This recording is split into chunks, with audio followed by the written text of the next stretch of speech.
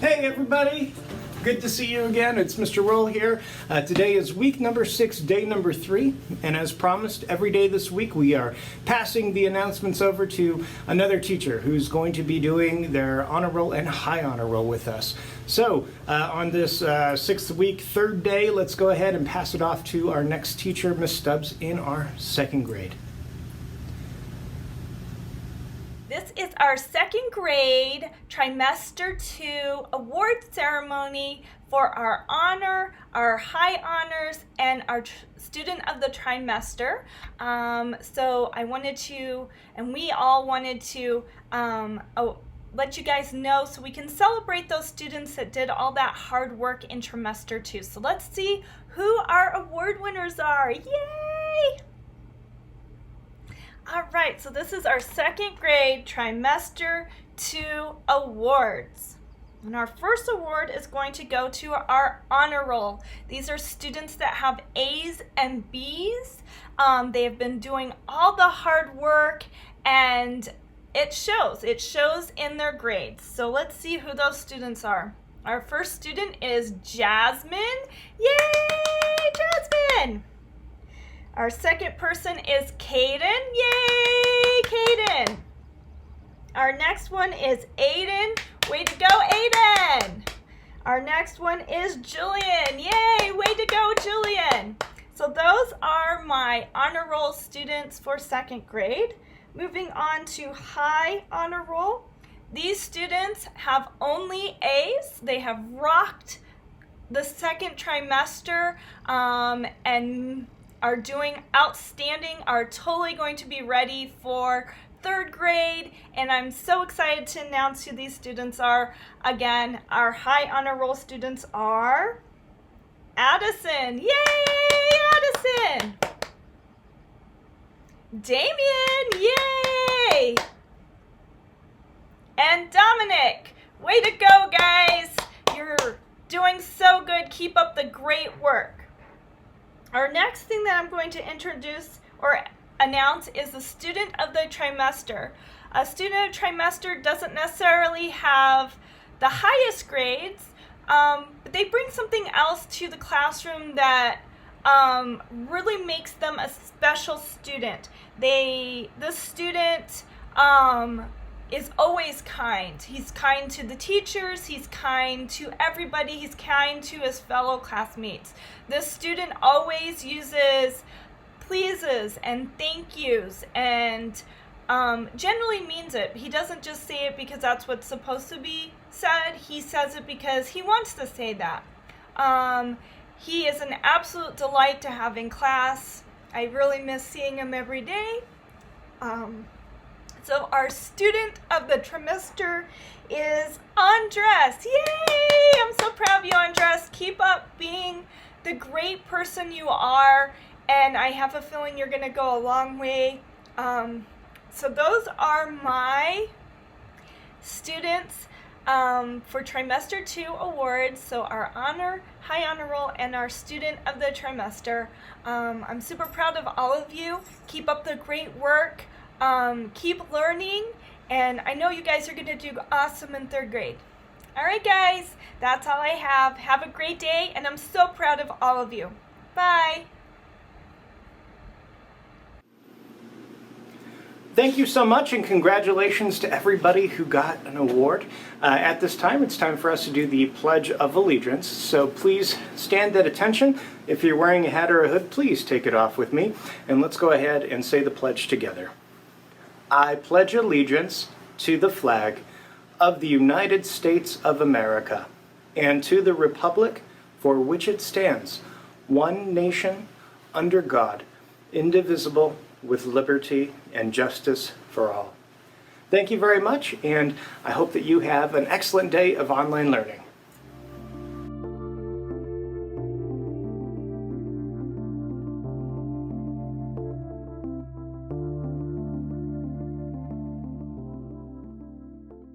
And welcome back, Mr. Roll here. I'm wearing my ASU shirt today because I've been giving U of A a lot of love, and got to be a little balanced somewhere in ASU today. All right, we are in week 6, day number 3 of our online learning. Let's go over the agenda. So first up, we just did yesterday, we did our life skills quiz. So today we're going to take a break with life skills. All right, so no life skills. Also, no economics or current events today. We're taking another break with that. And the reason why we're taking a break in life skills is, again, we had a quiz yesterday. And the reason why we're taking a break in economics and current events is today in history, we're talking about a super serious topic. We are reading through an article about Roosevelt's opinion of Native Americans, as you can see here from the Indian Country Today. And so it's a really heavy topic. It's probably going to take me a long time to get through. It's politically sensitive, and so I hope I don't offend anyone's sensibilities, but it's really important that we set aside some time for us to talk about Native Americans and the reservation system so you all can kind of have a taste of what has happened to the Native American people over the many years. So I am not doing any current events today because of that, so we can focus more time on learning about the history of the reservation system and attitudes towards Native Americans. And again, due to the politically sensitive topic I apologize in advance if anyone is offended.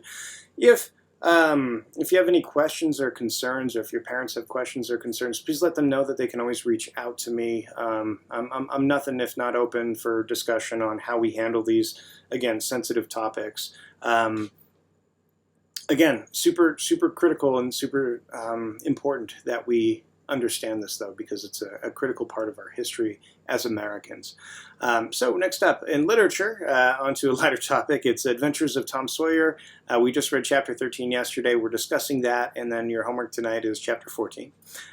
In science, we're doing Bernoulli Ball. Yay! I'm excited for this.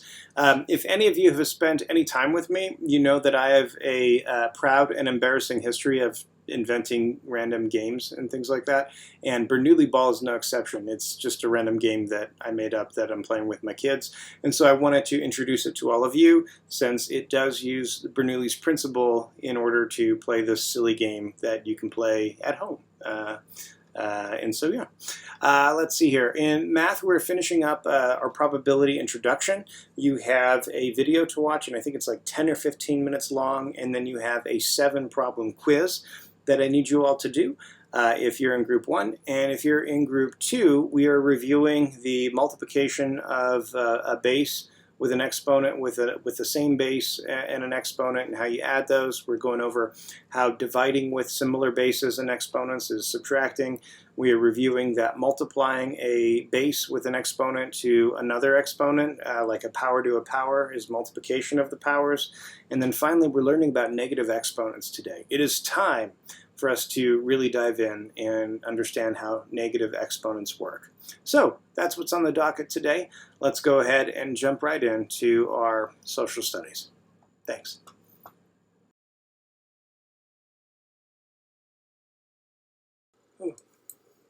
All right, so today for American history, we're diving a little deep into some unsavory history. And this is always difficult, and it is especially touchy because we are recording this lesson and putting it on the internet. So, how do you explain this? Whenever a history teacher starts diving into some of the less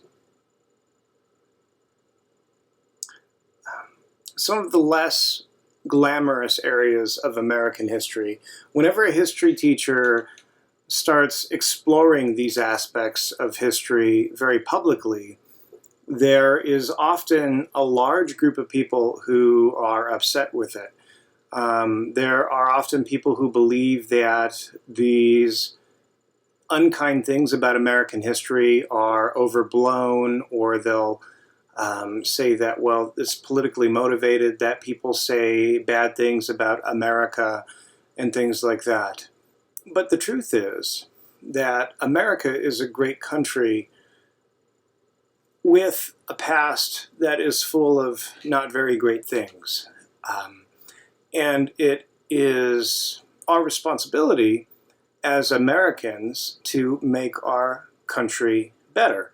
America is not great because we have some inherent goodness to us and our system is just better than everyone else. America is great because we make it so. And it is beholden upon every generation of Americans to make sure that America is a place where freedom is for everyone, and where we stand up for the rights of the oppressed, and we make sure that it is really, again, a free country that looks after everyone. And if we don't do these things, then America becomes not great. And so there are many instances in the past when we weren't great. And today we are talking about the Native Americans and the reservation system, which is, again, a touchy subject. And so Native Americans were moved to reservations off of their ancestral homelands. And this movement began very, very early in our American history.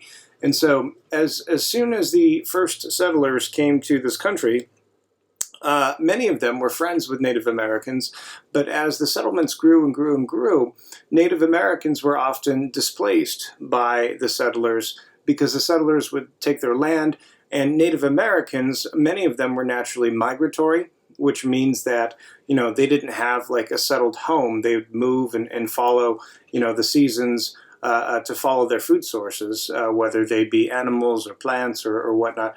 And so the settlers would move in, they would see that no one's there, they'd build a house, and then when the native people would come back the next year, they'd be like, oh, hey, we normally hunt here.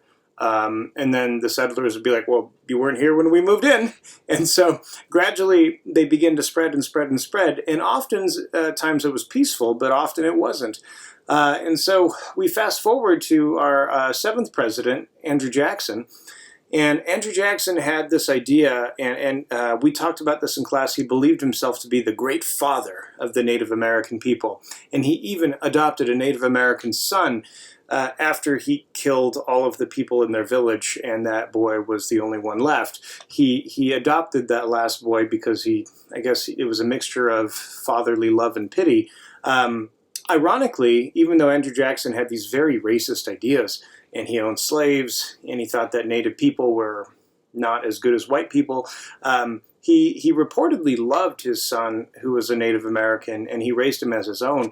And unfortunately, that boy died, I think, around 18 or 20 from the flu, like a coronavirus from back then. But what Jackson did, though, was he put into place this notion where we should create places for Native Americans so that they can be protected, right? It's their place. It is a place reserved for Native Americans. And this became the reservation system, where the federal government set aside land for the Native American people. It's not their original land. It was not their land before this. We being Americans, moved them to this land and gave it to them so that they could stay there. And to be quite honest about it, oftentimes these lands that were reserved for Native Americans were not the nicest lands. The reason why people gave them these lands is because nobody else wanted them. And so it was a convenient place to kind of push the Native Americans to the side. Repeatedly throughout American history, over and over and over again, when it was found that these native lands had value, I guess the Caucasian majority in the American government would take the lands back and would say, hey, we gave you this reservation land, and now we're going to take it back and we're going to move you again. And that would happen repeatedly when a reservation was found to be on gold, or when a reservation was found to be on land that had oil, or even when a reservation became important because of the water that the reservation had. That's happened a couple times, where reservation land was taken away from Native Americans because the people moving in wanted the water. And so for various reasons, Native Americans were pushed around and moved onto these reservations, right? And so then we get to the point in history, there was a brief period of time, and I think it was about 30 years, where the federal government tried to get rid of the reservation system. So the federal government created the reservation system, and it was very traumatic to uproot all these people and move them to this other place and set them down. And then for about 30 years, the American government's like, oh, we did this, but we're going to take it away now. And reservations are bad. No more reservations. You all are just going to become integrated like everybody else.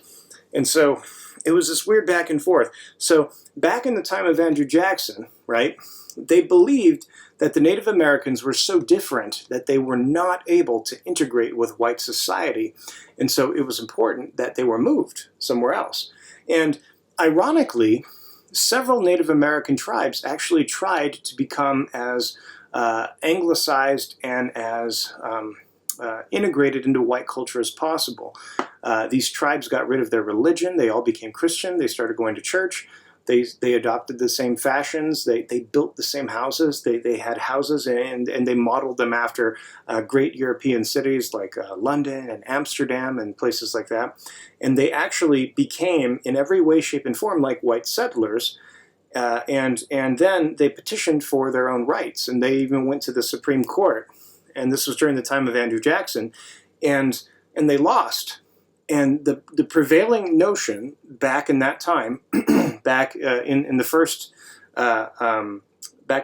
60 to 80 years of America's existence, the primary idea was that Native Americans could not be integrated into white culture and white society, and so they had to be separated and protected, almost like you put an animal in a zoo. And I'm sorry I'm comparing a human life to an animal, but it was almost that idea, where we protect them, we put them in their own special place, and nobody messes with them, and they're good. And then the Dawes Act comes along and changes that. All of a sudden, the opinions shift and change in like the 1870s and 1880s. So suddenly the Native Americans are expected to integrate.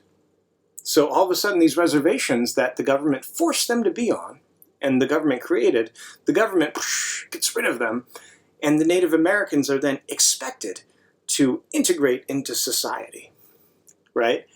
And this went on for a while. And another sad part about it is the Native Americans who were in this process were, in many cases, the more fortunate of the Native Americans. So we can look back and people like me can say, oh, well, it was not a great thing for us to put them on the reservations, and then it was an even worse thing to get rid of the reservations. Those Native Americans were the lucky ones. Many other Native Americans, like the ones that we were talking about the other day in California, had been hunted, like literally hunted. Wow, okay? And at the same time, the Hispanic populations in this country and the Asian populations in this country, they were all finding their niches. And so, like, if you ever get the opportunity to take like an Asian history class or Hispanic studies in college, it's very interesting classes. The attitudes that were around in the late 1800s about Asians and Hispanic people from Mexico and things like that were just fascinating. Like they didn't think that Asian men were actually like manly men because they didn't have hairy chests, and so they called them like the third gender and stuff like that. But Asian people became really popular with the settlers because the settlers would often get these weird diseases from having a terrible diet, right? And so the Asian people, mostly Chinese, would set up different places and restaurants and things like that. You know, kind of like you associate with Chinese people today. Oh, there's a Chinese restaurant over there. I bet there's Chinese people who work there. That kind of thing. Oh, it's Panda Express, right? And so the Chinese people would set up these restaurants where they would have healthy vegetables and other very nutritious things. And so the settlers would know and look forward to meeting the Chinese people so they could get a good meal and they could get their vegetables, they could get their vitamins, and then they wouldn't get all these illnesses. Like in California, settlers would actually get scurvy, just like pirates and sailors would get from being on the high seas because they don't get enough vitamins. And so these settlers would get scurvy, and so they would look forward to meeting the Chinese people so that they could help them with their diets. And so the Chinese people were finding their niche. The Asian people were finding their place in American history. They weren't treated great at this point in time, but they were finding their place, and they were figuring out where they fit in. And the Hispanic people were doing the same thing. In many ways, again, they were grouping together and forming communities and whatnot. And while all this is happening, and all these different racial groups are kind of figuring out where they belong, African Americans are carving their niche in American culture and society, fighting for their own rights.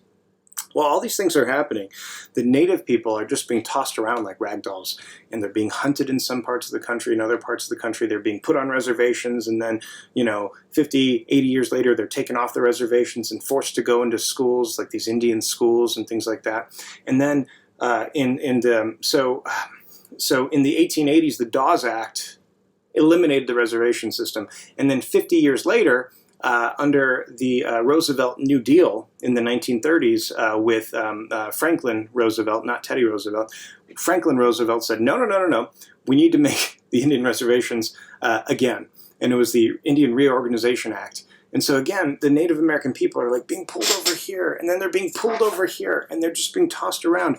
And through all of this, their culture is trying to survive, and it's struggling. And so that is the legacy of how Native people have been treated in the United States. And for anyone who is offended by this history and the fact that we discuss this history at the Vinci Tree, I do apologize. The discussion of the way that Native Americans have been treated historically is not politically motivated. I am not trying to make a political point for Republicans or for Democrats or for independents or anybody like that. We discuss it because it is the true history of how these people have been treated. And even though it's less than exemplary and it is embarrassing for us Americans to learn how we've treated and mistreated entire groups of people like this, I always tell my students, it's kind of like that old axiom, you learn the past so that you don't repeat it. We need to know that it is very possible for us to treat people poorly in this country, and we have done so in the past, and that awareness will help us not to do it in the future, hopefully, right? And so today, for your homework, I want you to read about the Native Americans and the reservation system. And then I want you to read the article from, I think it's from, it's like Native Today. I actually put a link in from a modern Native American publication that does news and editorials, and they do a historical look back at Teddy Roosevelt. Now, Theodore Roosevelt, or Teddy Roosevelt, he's one of my favorite presidents. I've read many, many books on him. This was a really good one. I'm a really big fan of David McCullough. He wrote the John Adams series. And again, this was a really good book. My favorite book about Teddy Roosevelt is it's actually about him and Taft. And so, but he is one of my favorite presidents from back in the day. He's very progressive for his time. He fought the Republican Party because they were becoming corrupt, and he helped kind of right the path. And then he totally messed up the Republican Party by starting the Bull Moose Party and splitting the vote and turning on his best friend Taft. Very dramatic, interesting guy. He helped modernize the Navy. He built the national parks system, right? And so Teddy Roosevelt did all these great and interesting and wonderful things. And when he was a rancher for a number of years. And during that time, he found a very, very low estimation of Native Americans. For some reason, that experience made him really dislike Native Americans. And so when he became president in the 1900s, and like right at the turn of the century, he actually used Native American chiefs that were prisoners of war, and he put them on display like at a circus kind of thing, and he would parade them around, and he'd make them get on ships and do public appearances with him, and he used them like a sideshow. And it's just this weird history that we have where a president that we so much admire, that I so much admire, would do things like that. And so that all goes back to speak to again, the legacy of what happened to the Native people. And again, it's important that we don't ignore these things. So after you read the Khan Academy article about the reservation system, I want you to read the article about Theodore Roosevelt. And last but certainly not least, Teddy Roosevelt was not a heartless, terrible man. He was a great man, and he did a lot of good things. His ideas about Native Americans were sorely misguided. But there were actually times in his life where he oscillated back and forth. He did some really rude things to natives when he was president, and he largely ignored the native people. But before he was the president, he actually stood up and defended native people in several instances, especially in California, and was standing up for their rights and their culture. And so no person is just one thing. We're all many different things. And at the end of the Theodore Roosevelt article, a commenter actually posts a quote from Theodore Roosevelt before he became president, and kind of defends his record with Native Americans, which I think is just fantastic to get that counterpoint to him. All right, I am already almost talking for 20 minutes for social studies. That's too long, so I'm going to stop now. But anyway, thank you so much for listening to me ramble. Hopefully it wasn't just super depressing and you learned something from it, and I hope I didn't offend too many people. Apologies about that.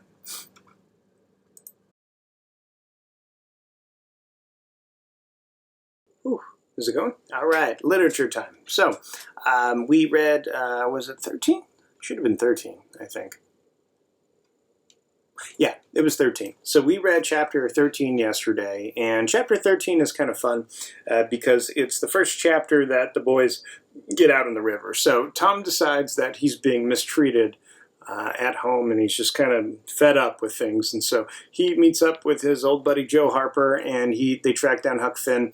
And so it's time to become pirates. And so they know about this little island that has no people living on it, and it has like a bunch of trees. It's like heavily forested, and they decide that that's where they want to go.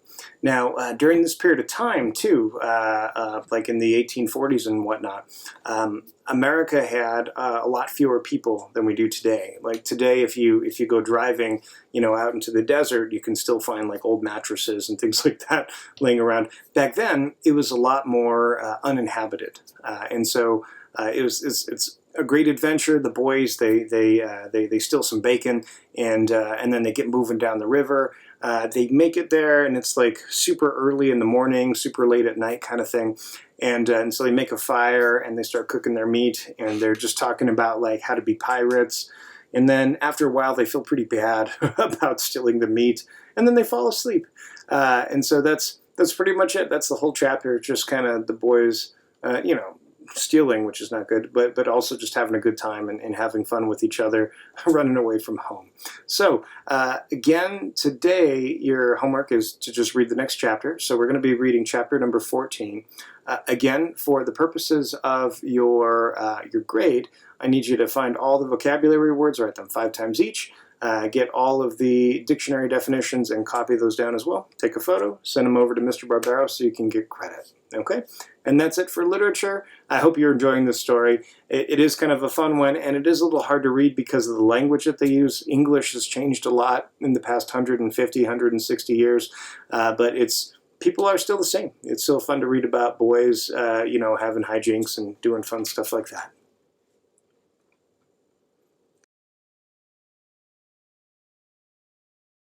Ladies and gentlemen, welcome to science class for week number 6, day number 3. Welcome to my kitchen. This is where my wife would let me film today. So we are going to introduce you to a brand new game that is sweeping my kitchen called Bernoulli Ball. And so in order to play Bernoulli Ball, I will introduce you to the things that you will require. But first, I wanted to talk about some requests that we've had. I've had more than a few people email us to talk about science. People are actually asking me for more work. They're saying, Mr. Roll, most of our science grade is based off of 2 or 3 different assignments, and the rest of the time you're just having us watch videos, so I can't bring my grade up because I need something that's worth more points. And so today, I'm here to tell you that Bernoulli Ball is going to be extra credit. And so please pay close attention. If you play Bernoulli Ball at home with maybe a brother or sister or one of your parents and you take a photo of the Bernoulli ball game so we can show it on the video next week for science class, then you, my friend, will get extra credit. So, in order to play Bernoulli ball, you need a few simple things. First thing you need is a cup, okay? So I got my cup right here. The second thing you need is a hairdryer. Doesn't matter what kind of hairdryer, and it doesn't really matter what kind of cup, so you need those two things. And then, last but certainly not least, it's Bernoulli ball, so you need a ball. And so just for the sake of color, I have two small balls here that I'm holding in my hands, and I have a very strong feeling that somewhere Zamarius and Aiden are laughing their heads off. And so you really only need one ball, but I brought the two so you can kind of see the color with what's behind me, okay? Now, this works best if you have a cup and a ball that are similar in size so that the ball just narrowly fits into the cup's opening, okay? If the cup is too big, it makes Bernoulli ball too easy. If the cup is too small, then it makes Bernoulli ball nearly impossible. Again, you want the cup and the ball to be close in size so that it's more challenging. All right, so first, let's talk about Bernoulli's principle. So I'm going to do a voiceover here. Bernoulli's principle states that when you have a fluid, or in this case air, that is moving very fast, such as in the middle of this hairdryer's airstream, it creates a low pressure zone. That low pressure zone sucks the ball in. And so while the hairdryer is pushing the ball into the air, it is also sucking the ball in to keep it within the path of the fast-moving air because of the low pressure zone that is created. And as you can see, as I move the hairdryer from side to side, and the ball is no longer even up and down, it's at an angle. And even when it's at an angle, it still stays in that airstream for a good amount of time. And it is at that angle that we use to play Bernoulli ball. So, ladies and gentlemen, as you might suspect, the way that you play Bernoulli ball, and you can try it on your own, or you can play it with someone else. It's more fun if you play it with someone else. It's a challenge. You have to get the ball up in the air using the hairdryer, and then you have to get the hairdryer to drop the ball into the cup without using your hands. Now, ladies and gentlemen, most hairdryers, in fact all hairdryers I've ever seen, have multiple settings. And so some hairdryers have 3 settings, some hairdryers have 2 settings, but the settings are actually the difficulty modes. On your hairdryer, the lowest setting for blowing air is the easiest for Bernoulli ball. So my hairdryer is on low. When the hairdryer is on low, the ball doesn't go very far, and it's easy to control.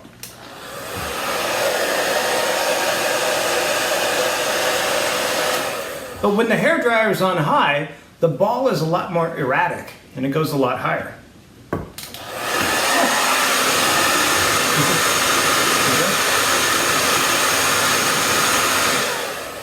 So for Bernoulli ball, before you begin playing competitively, every player should practice on low, getting the ball into the cup.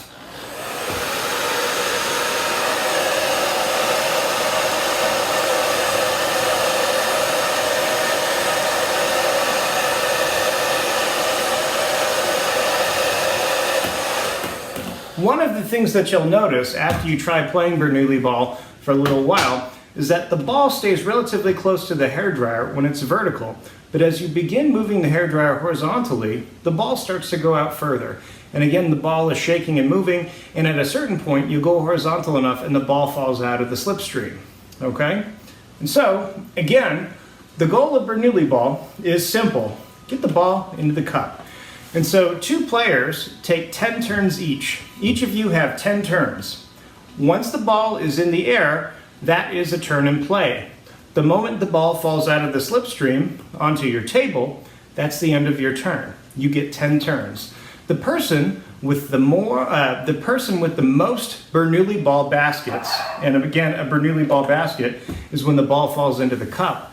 The person with the most Bernoulli ball baskets after 10 tries wins. And again, if the ball falls out of the slipstream and it does not go into the cup, that's the end of your turn. You lost a turn.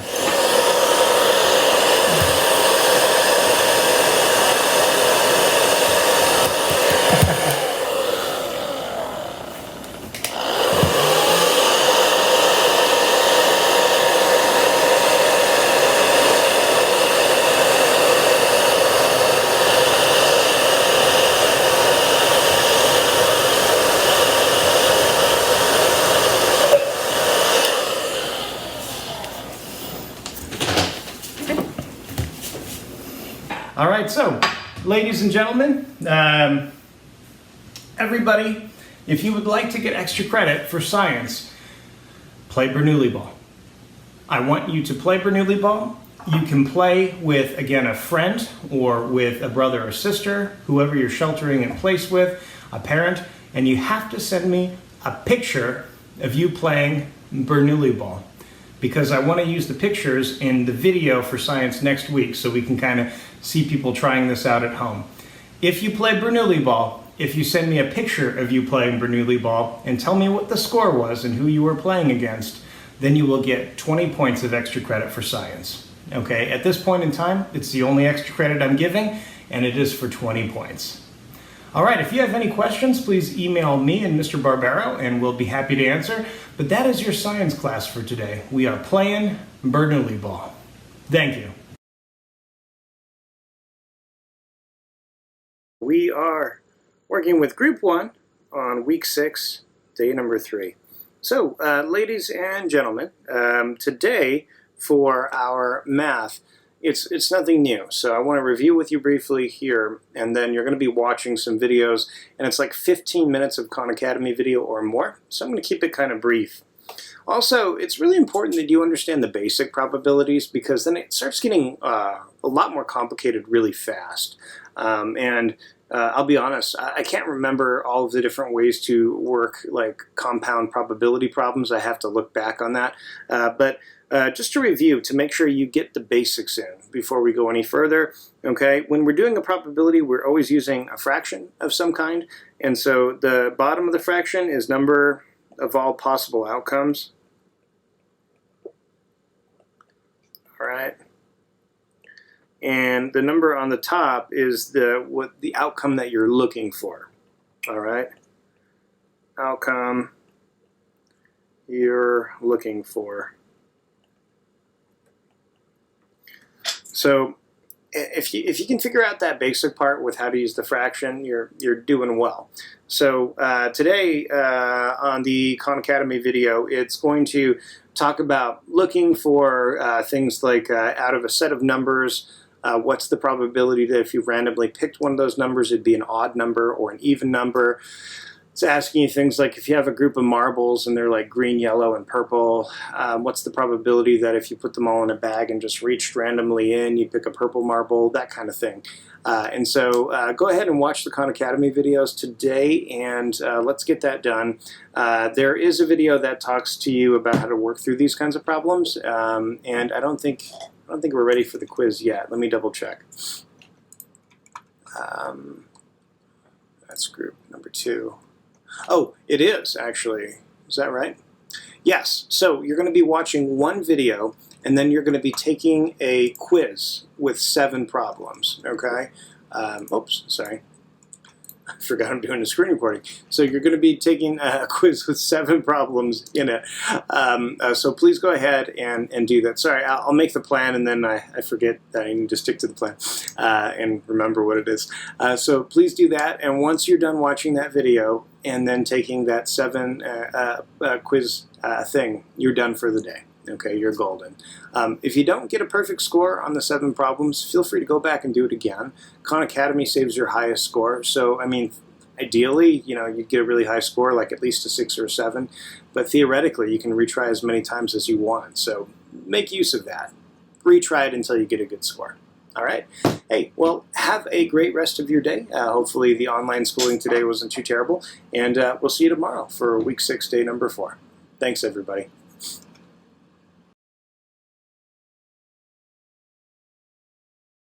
I think we're going. Okay, so we're in Group 2, G2, Week 6, Day number 3. So, quick review, and then we need to learn a couple new things about exponents, okay? So, we talked yesterday, I'm going to be using t as my base today. We talked yesterday about situations like this. So if we have t to the 3rd power times t to the 2nd power, I'm going to add the 3 plus the 2, gives me 5. So I get t to the 5th power. So when I'm multiplying together, we're adding the exponents, all right? And the same thing is true if we are dividing. We're subtracting the exponents. So if I have t to the 12th power divided by t to the 10th power, we would take 12 minus 10, and that would give me t to the 2nd power, just like that. And so, again, we're adding. If we are doing the multiplication with the base, we're adding the exponent. If we're doing division with the base, we're subtracting the exponent. So, stuff we've been going over a little bit already. Next up, and again, we talked about this the other day, but I want to re-emphasize it to make sure that you are remembering it. If I have t to the 5th power, and this is all raised to the 6th power, what I have to do when I'm taking a power to a power is I'm multiplying. And so this is kind of the new thing for today. I have to multiply 5 times, 6, gives me 30, so the answer would be t to the 30th power. Again, when I'm taking a power to another power, I'm multiplying them together and getting that, that increased exponent. So, this is something that's totally new. Jump in the video, I recorded my whole explanation, then decided this last part wasn't very good, so I'm redoing it. So, this next new thing is when we have a negative exponent. So, let's say, for instance, we had t to the negative 3rd power. That negative exponent, the negative exponent is almost, what's a good way to say it? The negative exponent can drag a whole term down, or it can drag a whole term up. So if I have t to the negative 3rd power, that negative exponent drags the entire term down across the fraction bar. So t to the negative 3rd power equals 1 on top of the fraction and t to the 3rd power on the bottom of the fraction, just like that. So a negative exponent will cause your entire term to flip over or under the fraction bar. Wherever it is on the fraction bar, it will change. It's almost, gosh, I can't think of anything clever right now. But anyway, the negative exponent causes it to flip. So again, if I have t to the negative 12th, I'm using t's today, that equals 1 over t to the 12th, just like that. Because again, this negative exponent causes the entire term to flip down to the other side of the fraction bar. So it was in the numerator before, boom, it has to go in the denominator. When it flips, that action of flipping it to the other side of the fraction bar takes away the negative, okay? Again, if you notice, if I have t to the negative 6th power, I get 1 over t to the 6th. And so you'll notice that right over here, my t to the 6th, there's no negative sign in it anymore, because after it flips the term, the negative sign disappears. Last point about this. If I have, let's say I have 1 over t to the negative 30th power, like that. Again, it works both ways, okay? The negative sign is going to flip everything up now, and so my answer is going to be t to the 30th power, just like that. Again, the t to the negative 30 flipped up. That doesn't even really look like an exponent, does it? There we go. Here's my t. So the negative 30 causes, that negative sign causes the t to flip up above the fraction, and so now we just get t to the 30th power, and that negative exponent just poof disappears after you flip it. All right, so gosh, it keeps creaking. Anyway, that's all we are doing for Group 2 Math today. You have 2 videos to watch about exponents and how they work, and these 2 videos just kind of follow up with what you learned here. But I noticed at the end of the second video that it has negative exponents, and I wanted you to understand how those work. Okay, so watch your Khan Academy videos. You're done for the day. Congratulations.